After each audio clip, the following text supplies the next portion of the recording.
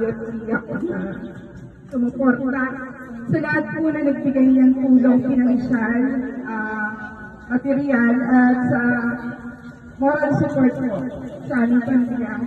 Mula po sa aming lahat,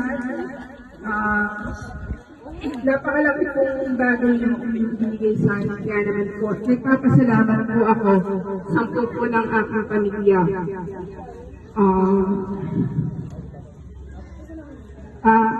Para sa unang pamamaalam, alam ko na ayaw mo pa kaming iwan, pero siguro lahat naman talaga tayo bumabalik sa ating Panginoon. Kaya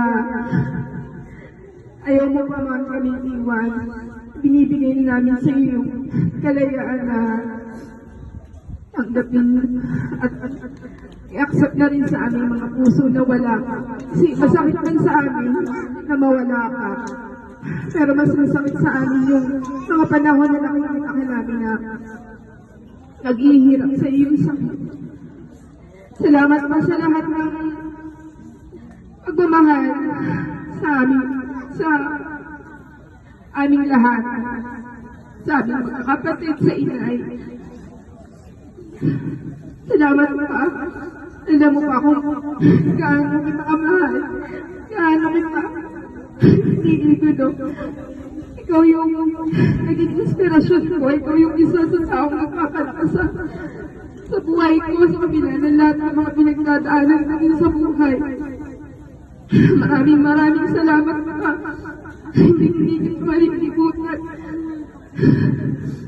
Napapa sa puso ko kahit kaninong, kahit sinong makakausap na pinagmamalaki kita. At katulad nga ng nasabi ko kagabi, bigyan man ako ng Diyos ang pangalawang buhay. Ikaw at ikaw pa rin yung pipiliin ko na maging tatay ko. Forever, nasa puso ko mula bata ako, tanda ko pa lahat. Lahat, pagmamahal mo sa akin pa. Nasa ngayon. Masakit, hindi ko alam kung paano magiging ganun ka kami kabuo, yung saya sa puso namin ang wala ka na, pero pinatapos namin ka para sa kapayapaan, para sa nararamdaman mong sakit na hindi mo na maramdaman yung sakit ng pisikal.